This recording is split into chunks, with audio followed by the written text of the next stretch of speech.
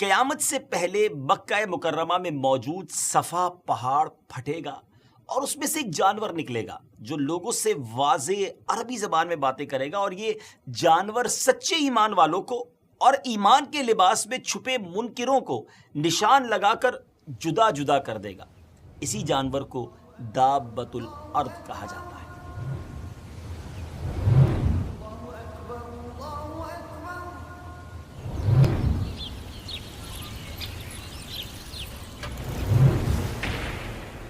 السلام علیکم ورحمۃ اللہ وبرکاتہ۔ ناظرین، ہماری ویب سیریز قیامت کی نشانیاں آپ دیکھ بھی رہے ہیں، پسند بھی کر رہے ہیں، آپ کا شاندار فیڈ بیک بھی ہمیں مل رہا ہے، جس کے لیے ہم آپ کے شکر گزار ہیں، اور امید کرتے ہیں کہ آپ اگلی ایپیسوڈز کو بھی اسی توجہ کے ساتھ دیکھیں گے اور اچھی نیتوں کے ساتھ اسے فارورڈ بھی شیئر بھی کرتے رہیں گے۔ آج جس نشانی کی ہم نے بات کرنی ہے، قیامت کی جس نشانی کا ہم نے ذکر کرنا ہے، یہ بڑی امیزنگ، بڑی حیرت ناک نشانی ہے۔ کچھ ہم نے کمنٹس بھی پڑھے کہ ناظرین پوچھتے تھے کہ اس نشانی کے بارے میں کب بتائیں گے۔ یہ کون سی نشانی ہے؟ یہ ہے دابۃ الارض کی۔ نام تھوڑا مشکل ہے، مگر دابۃ الارض ہوگا کیا، وہ کیسے آئے گا، اس کے بارے میں ضرور بتائیں گے۔ لیکن ناظرین، آپ کو یہ معلوم ہونا چاہیے کہ ہم ہر قسط میں ایک الگ نشانی پر گفتگو کرتے ہیں، اور اسی طرح ہم یہ بھی آپ کو بتاتے ہیں کہ یہ نشانی آ چکی ہے یا آنی ہے، اور کوشش یہی ہوتی ہے کہ پراپر آتھنٹک آپ کو معلومات دی جائے، کنفرم معلومات دی جائے قرآن و حدیث کے ذریعے، تاکہ کسی قسم کی کوئی غلط فہمی نہ باقی رہے۔ بہرحال چھوٹی بڑی قیامت کی نشانیاں ہیں، جن میں کئی نشانیوں پر ہم آپ کے ساتھ ڈسکس کر چکے ہیں، مگر کچھ ابھی باقی ہیں۔ 10 قیامت کی علامتیں ایسی ہیں، big signs of the day of judgement, جو 10 ہیں، اس کے بارے میں حدیث پاک میں کیا آتا ہے۔ حضرت حذیفہ بن اسید غفاری رضی اللہ تعالی عنہ فرماتے ہیں، نبی پاک علیہ الصلوۃ والسلام ہمارے پاس اس وقت تشریف لائے جب ہم آپس میں گفتگو کر رہے تھے۔ آپ صلی اللہ تعالی علیہ وسلم نے ارشاد فرمایا، تم کیا باتیں کر رہے تھے؟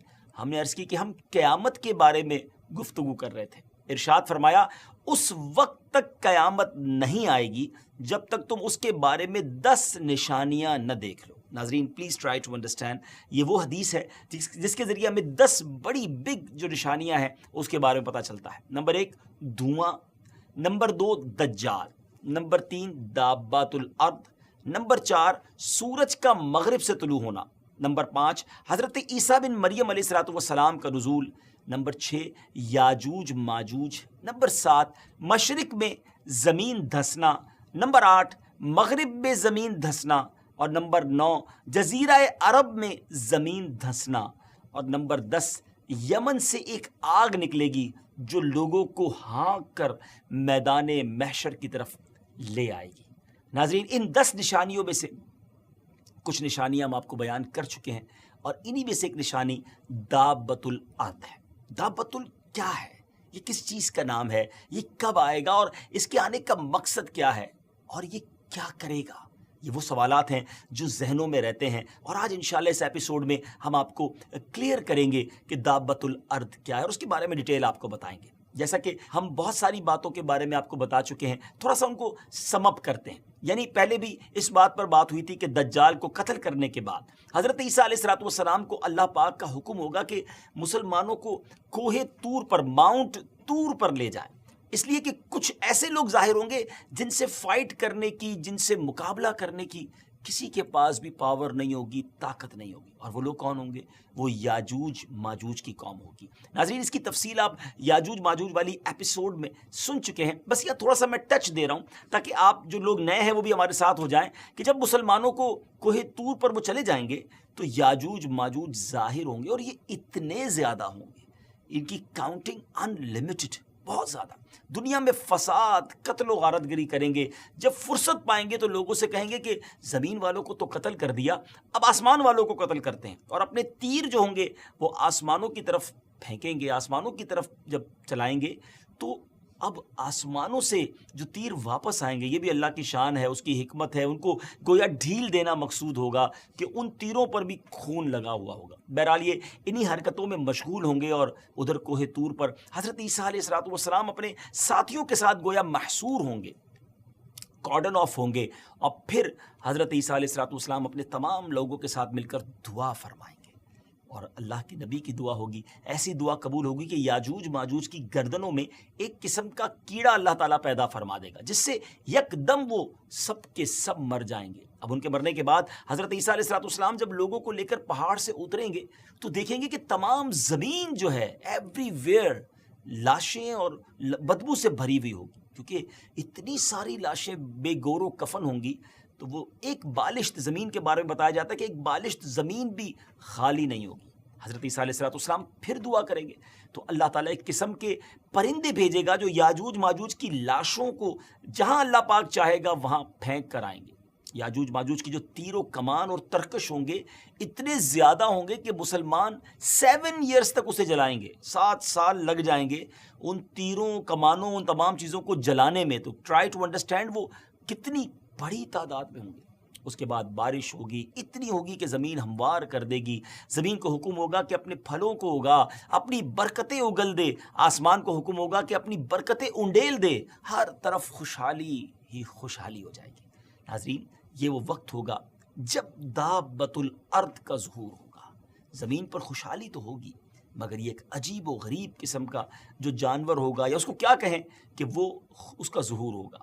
اور وہ کیسے ہوگا؟